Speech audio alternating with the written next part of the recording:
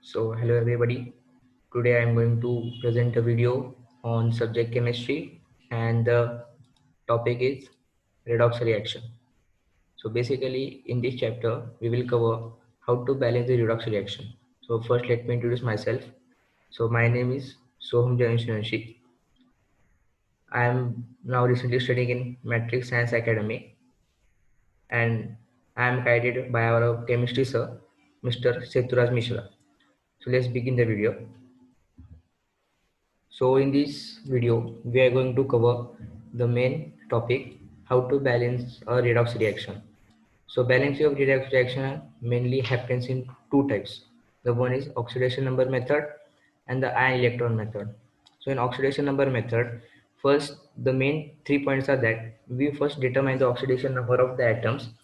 Second, then we make the sum of the oxidation number in the reactant equal to the sum of the oxidation in product, and at the rest we balance it. Same process we have in ion electron method. The only difference is that we make two half reaction, so as separated, and then make number of electron gain equal to number of electron loss. So basically you have got idea to how to balance the redox reaction. So let's begin. So first we are going to study how to balance oxidation, how to balance by oxidation number method. So first step is that we write a unbalanced reaction. So we have taken here a reaction Fe2O3 plus CO gives you Fe plus CO2. So we will first assign the oxidation number. So as you can see here, the oxidation number of Fe is plus 3, oxygen minus 2, carbon plus 2, oxygen minus 2, again here it is 0, carbon plus 4 and oxygen minus 2. So these are the first basic two steps in which we write the unbalanced reaction and then assign the oxidation number. Then the third steps comes, show the increase and decrease in the oxidation number. So as we can see, the difference in the or the increase in the oxidation number of iron Fe is here it is plus 3 in the reactant and in the product it is 0. So here the difference is of minus 3, and the carbon in the reactant is plus 2 and in the product side it is plus 4. So we can see an increase of plus 2. So basically we can see increase very easily. The next step is we have to determine the factor which will make the oxidation number equal. So it is a main point that we have to make the oxidation number in the reactant and product equal. So here we multiply by 3 and here we multiply by 2. So we get 6 as a common. So we have make oxidation number equal. Next, we add H2O to side having less oxygen atom and H atom to side having less atom to balance. So here we have added H2O as you can see to balance the reaction. So the reaction is balanced here, and also we have added a hydrogen to balance the H atoms. At the then after adding the H2O and hydrogen, then we balance the charges on the atom. So balancing the charges on the atom is very important. So we can see, you can see here we have here 2 electron and again here 6 electrons. So it has balanced the charge. So let's go next.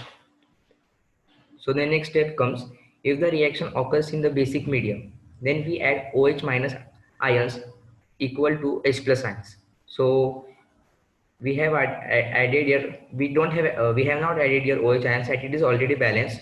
But if the reaction is not balanced, then we would have added here OH ions.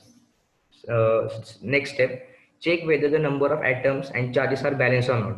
So we can clearly see here the number of atoms and charges have already balanced here. So this is a final reaction we have got to balance.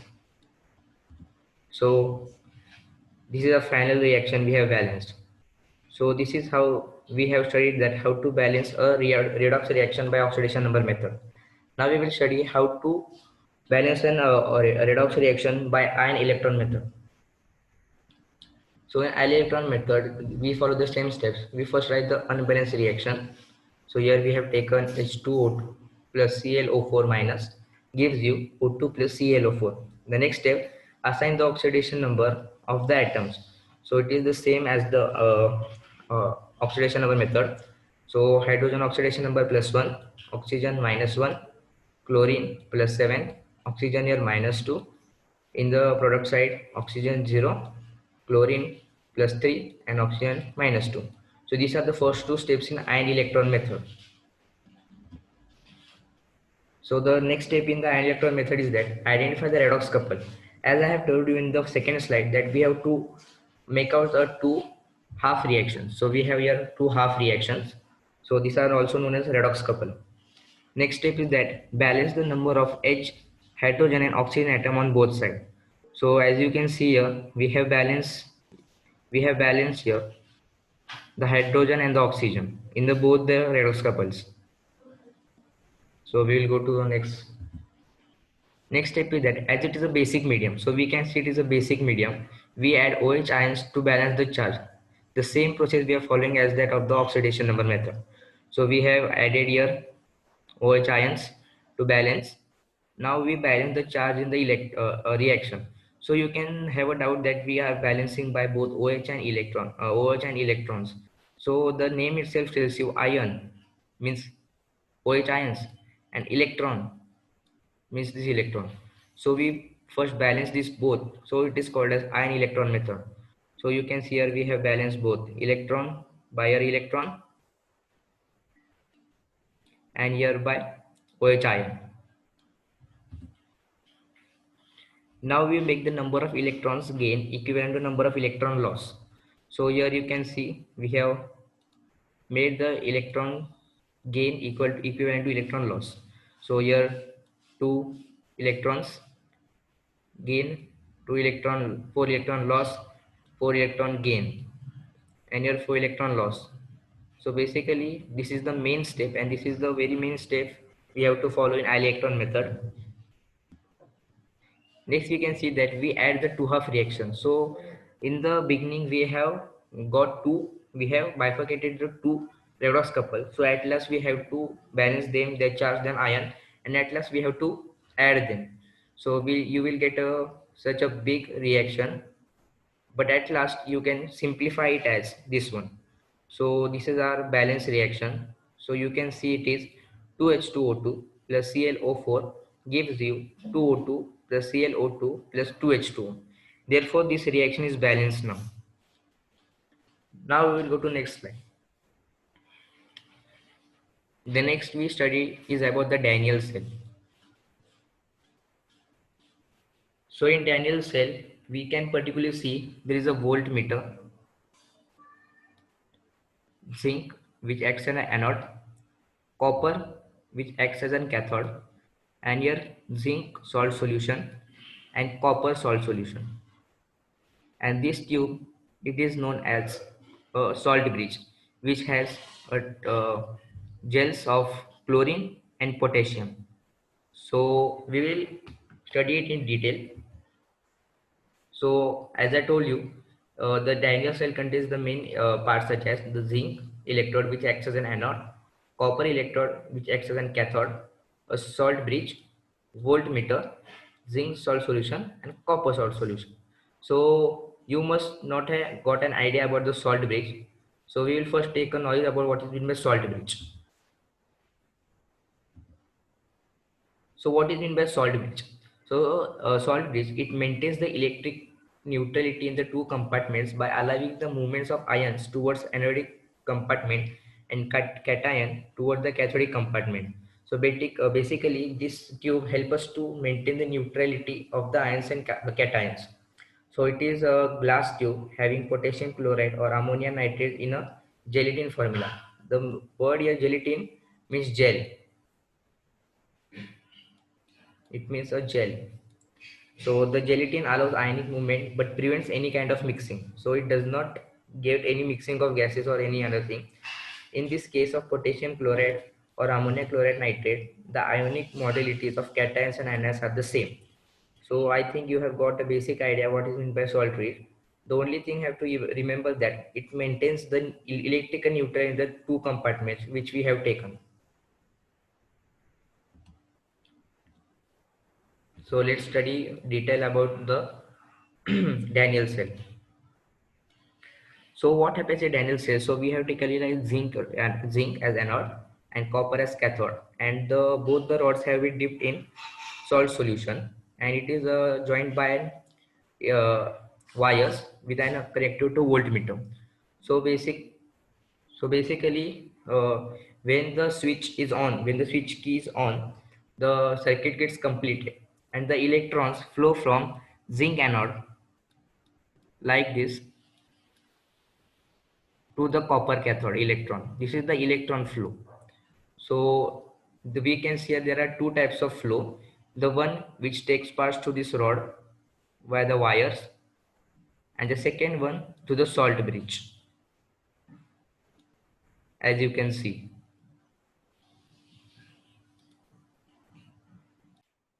So when the circuit gets completed, the zinc anode starts to lose electrons very spontaneously, and therefore they travel from here to the cathode, from to the copper cathode, which gets deposited on the rod, which we can see during the reaction. So when the circuit is completed, we can see a deflection in the voltmeter due to the flow of electrons. The electrons flow from zinc anode to the copper anode.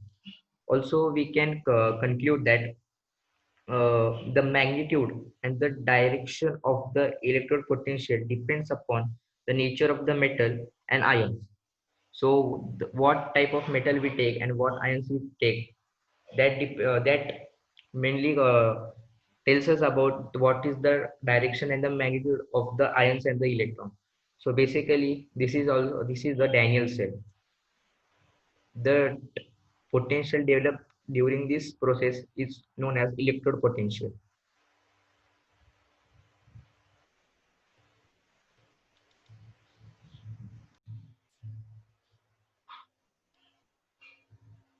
So basically, this is what we have studied about a Daniell cell. So the things which we have to remember in Daniell cell is that it is made up of a zinc anode, a copper cathode. It has a voltmeter, conducting wires, a salt solution of zinc, and other salt solution of copper, and a salt bridge, which we have studied new, which contains gelatin solution, which gelatin solution means gel. So these are the main point we have to summarize about the Daniell cell. So as the Daniell cell take a reaction takes place, the two reaction takes place here are the reduction and oxidation. So here we can see that the zinc gets uh, two electrons and copper loses two electrons. So here Cu2 plus becomes Cu and Zn becomes Zn2 plus due to the presence of the electrons. So Cu gets oxidized, loss of electron, and Zn undergoes reduction due to gain of electrons. So these are the two half reaction which takes place during the Daniell cell. So we are next and last topic is standard electrode potential. So electrode potential is the electromotive force of galvanic cell built from a standard reference electrode and other electrode to be characterized. So electrode potential mainly is the we can say the electrical charge developed due to the potential of an atom during a reaction. So hydrogen has a zero point 0.0 volt, which is taken as the standard electrode potential reference. It is denoted by E naught. So E naught basically means electrode potential.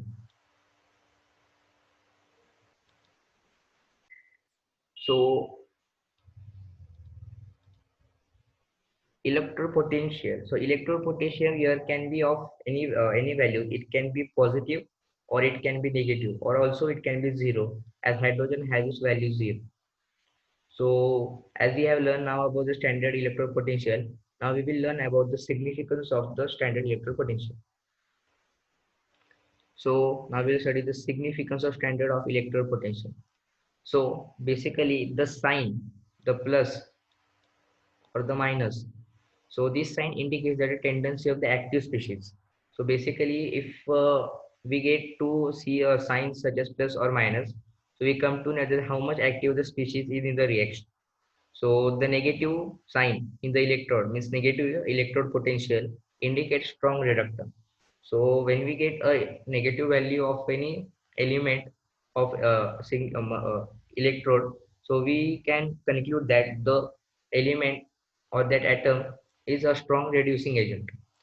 And when we get a plus electro value, electrode potential value plus E, which is positive, which indicates it is a strong oxidizing agent. So scientists also have concluded that alkali metals have high negative, means minus E naught value. So here as we can see that minus E indicates a strong reducing agent.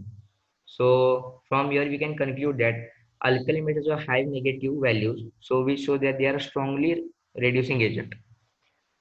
Also in some problems, numericals, if we are asked to get the electrode potential of a cell, so we can find it easily by this formula.